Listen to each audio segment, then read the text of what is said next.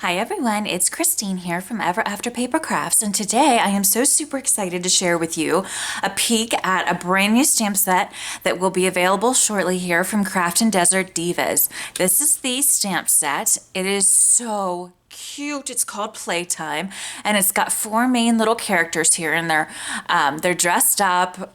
This one's dressed up like a dragon, and he's playing with a castle and a knight on a horse. And this one's dressed up as a unicorn having a tea party. Here's a pirate, and then this one's dressed up as a princess with a little crown on her head, and she's holding her kitty cat.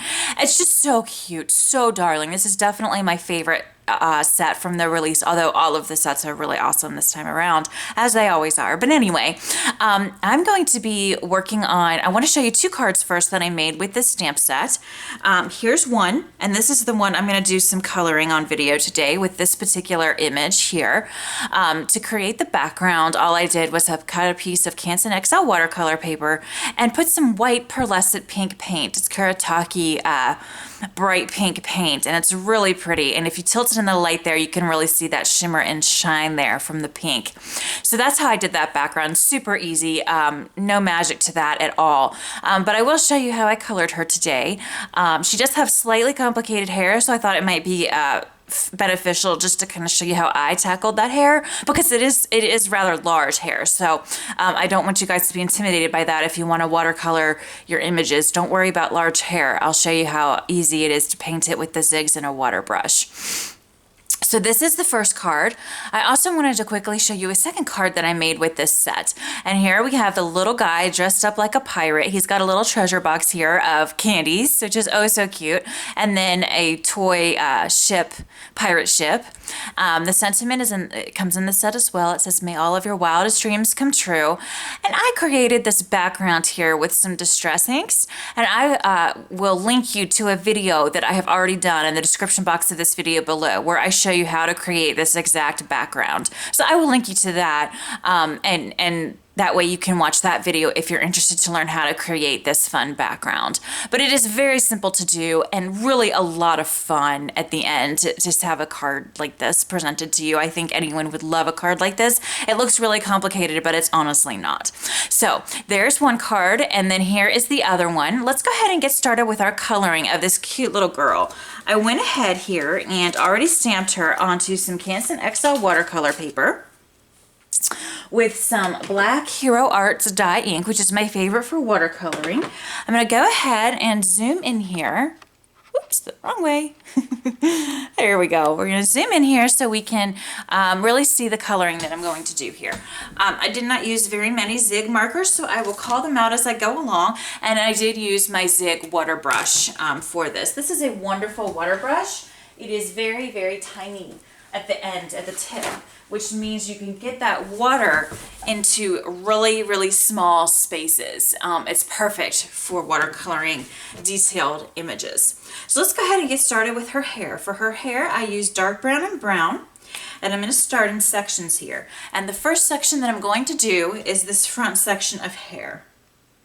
I'm going to put my marker color of the dark brown down where I feel that it is going to be darkest. She's facing to the left side of the paper, so I imagine that the light source, whatever that may be, is coming from the left, this way. So this right side of her face is certainly going to be darkest. So also hair by her face is going to have a shadow on it as well. But this area over here on the right side is definitely going to be the darkest. So we're just going to put quite a bit of our marker, our dark brown marker, there on the right side. I'm now going to come in with my brown marker, which is my lightest of the two colors. Always start, if you're using more than one zig marker, always start with the darkest and work your way to the lightest. Now I'm just going to take this brown and just blend it with the dark brown that we've already laid down here. So we're just sort of blending these two colors together. I'm going to come around here as well and just blend these little bits of dark brown that I placed at the top here. And then we will definitely blend this out just a little bit, because I did put quite a bit of that dark brown marker here on the right side. Now we're going to take our water brush, and here's where the painting comes in. So we're going to take our water brush here and use it to mix the colors together and fill in the white space that is left behind on the paper. And this is what's going to give us that nice and pretty highlights, if you will. So we'll have dark shadow space and then highlight, and it will really make that image pop off the paper when you create this fun highlight on your picture. All right, so there we have, let me just iron out just a few of these little places here just to get it blended just a tiny bit better. Here we go. All right, and there we have a very pretty highlighted front section to her hair. As you can see there, quite a lovely shade. And as you can see, that was a very large section of hair. So don't let that intimidate you. You might, just to get a little bit more shadow, you might want to come back in with the brown again. Sometimes I do this just to play around. You could come back in over top of what you've already laid down when you're working with the zigs. I could go back in with my dark and start over if I wanted to, or I could just put a little bit more of the brown in, which is what I'm going to do here because I feel like I have plenty of darkness on this now. So I want to come in with the brown again just to mix it one more time together with that dark brown color that we laid down first. And now I'm going to pull it up and out into the white space with my water brush. And I think that gave us just a slightly better blend, if you can see that there. So sometimes don't be afraid to go back over what you've already done, particularly with a large section of hair like this. It can be a little intimidating, but just go over it, play with your zigs, and I think you'll find that it's actually a lot easier than it appears to be. So now we have the hair back here that's kind of back in a ponytail behind her crown. And I'm going to work in sections here, and I'm going to just start first with this top section here and just do that little area right there. And now I'm going to come in with the brown. Now these sections back here, I'm going to leave as is with a little mixture of the brown and the dark brown, and I'm not going to worry about coming in with a water brush because those sections are so tiny, if that makes sense. But this section here is certainly large enough to do some color mixing with the water brush here. So we will go ahead and put some brown in here and then grab our water brush and pull those colors up and down into the center there. And there you have it. Very nice shading there. Now we have to focus on this large section of her hair that is in the swooping ponytail that comes behind her head. And again, it's a fairly large section of hair. So all you do is just work in sections and don't let it intimidate you. So I put some dark down here where that ponytail is up against the rest of her head is certainly going to be darkest, as well as there's going to be some dark space down here where it kind of goes down into the bottom here and there's like a little crevice here. I really just let the drawing dictate where I put my highlights when it comes to hair. And, you know, there's no magic to it. Where there looks to be like a little crevice or a little deep dent or darker space in the hair, that's where I'm going to put the marker down. And then just use my water brush to pull it out into the white space. And you'll see here you have lovely, lovely, lovely shading. I love this dark brown and brown combination for hair color. I just think it's absolutely beautiful. So now we want to do this strand here. So I'm going to use, again, the dark brown and just put some here at the top and then a little bit down here at the curlicue, for lack, I don't know exactly what to call that. And then there's going to be some here by her face. It's certainly going to be darkest by her face and her head here, and also along the bottom and around her kitty cat's little, I mean her dress rather, not her kitty cat. Her kitty cat's over here. Her dress, the sleeve, the puff sleeve of her dress. Now we'll come in with the brown.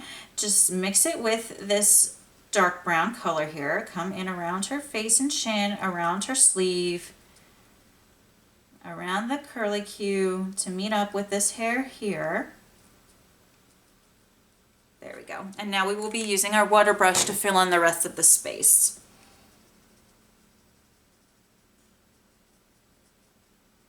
And there you have it. I just really, really, really think this is beautiful. Let me pull this up to the camera here so you can see. I just think that it's so beautiful. It would take a lot more time and a lot more markers to make the hair kind of look like that using other types of markers. But with watercolor, you can get away with 2 markers and water and really just paint this beautiful, lovely hair color combination, and it really turns into something quite pretty in my opinion, with really pretty shading and highlights. And again, those highlights, the shadows, the dark color mixed with the light color, it really makes the image almost come off the page, almost gives it a three-dimensional pop, and I absolutely love that. All right, we have just a tiny little bit of hair left, and it's right over here. On this left side of the kitty cat. So we'll just put a little bit at the top and bottom there of our dark brown. And then we'll come in with the brown. This is just a tiny, tiny little section. So the hard part's definitely over when it comes to her hair. And it really wasn't hard. As you saw, I was able to very quickly, without a great vantage point, because I don't want my head in the camera, color this up super quick. So if you took a little bit of extra time, you can make this spectacular. All right, now I'm going to take some pink here and use the pink to color her dress. So here we go. We're just going to put a little bit of shadow. Certainly there's going to be shadow where the kitty cat is, and then a little bit to the right as well is going to be shadow, because again, that light source is coming in from the left. So I put some pink under her arm as well, and then on the far right side of her dress, which is furthest away from the light source. Now we'll come in with our water brush here, and I just used one color for the dress. You could certainly use pink and light pink if you wanted, and I do that sometimes. I've done that in other videos, but I have also found that sometimes simple is better, and you still get absolutely gorgeous shading just using one marker color. So that's why I just decided to keep it simple and just use the one marker color here. So I just used pink, and it's just very, very pretty, I think, in my opinion. Just very, very pretty. Pink and a water brush, and voila, you have a really pretty shaded dress there. I went ahead and just colored her little shoes in pink because they're so tiny. I didn't worry about any shading or anything like that with the little shoes. Now we want to color our little cat, and I just made the cat orange, like a little orange tabby cat. So I'll just quickly show you how I did that here. I'm just using the color orange, and I'm scribbling down some zig marker. Is particularly focusing on that right side again, which is farthest from the light source. So I'm scribbling that down. I'm going to put just a little tiny bit over on the left just to kind of balance it out. But most of that marker, as you can see, is certainly on the right, furthest away from the light source. Now I'm going to use my water brush and pull this marker into the center where all that white space remains. And use a circular motion, I have found, works best for me. By doing it that way, I also get rid of the harsh lines from laying the color down with the marker. The lines virtually disappear in using the water in this fashion, in this circular motion. So, plus it just really helps that water spread and blend out. All right, there's his cute little face. Now let's come on in and just quickly scribble some marker onto his little legs. His little front paws, his little back paws, and his tail. And then, of course, we will use the water brush. This cat makes me smile. We'll use the water brush to pull the little bit of color out and fill in the white space. All right, there we go. Now for the little kitty cat's dress, I used purple. Purple is one of those colors that you really only need the tiniest little bit of marker laid down to really get a nice flow. It really reacts to the water, so you really don't need to put a heck of a lot down. And this is something that you kind of learn as you go with the zigs, which markers really react to water and which ones, need a little bit more marker color down to really spread. This purple really reacts, so you don't need a heck of a lot down to really get it to activate and flow across your project. So as you saw there, I put very little marker down, and I've got quite pretty shading here already.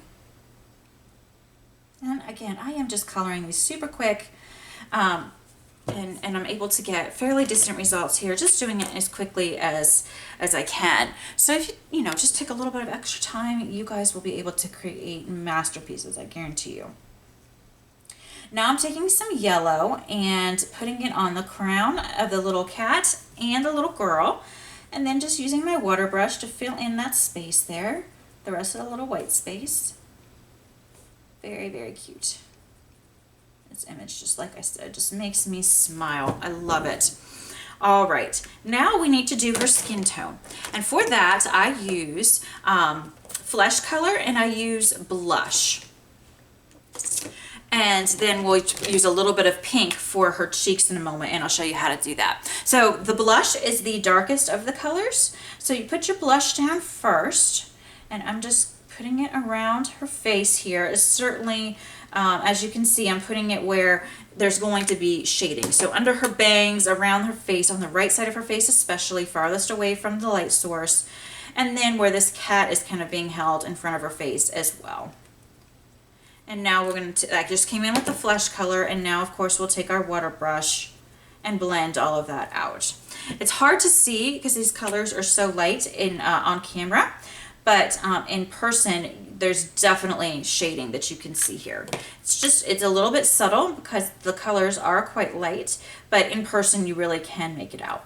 Now, because her arms and this arm right here is so tiny and mostly covered by the cat, I didn't come in with my water brush, but I did come in with my water brush on her legs. Now I'm going to go over the face one more time.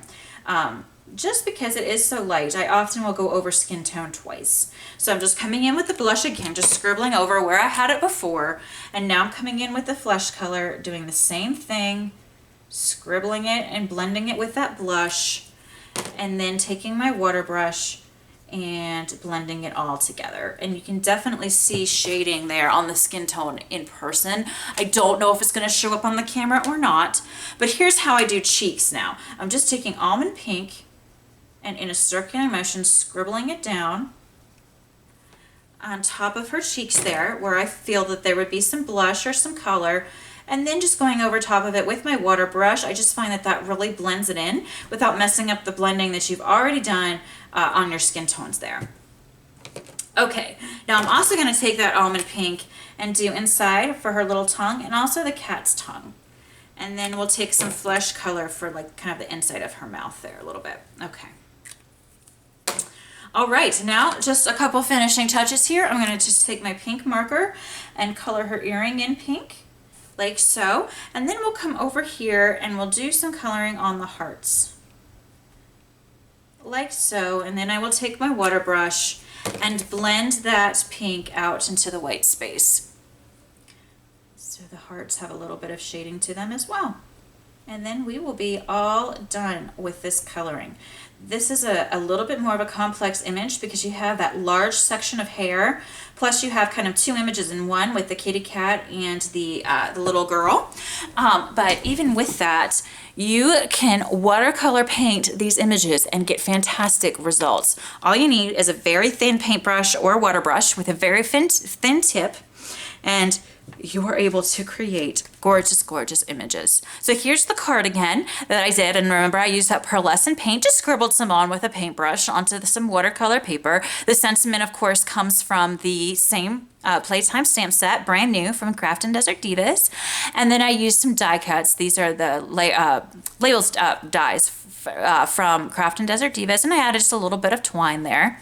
And then, of course, don't forget the other card that I just wanted to show you, and I will link to how I did this background in the description box of this video below.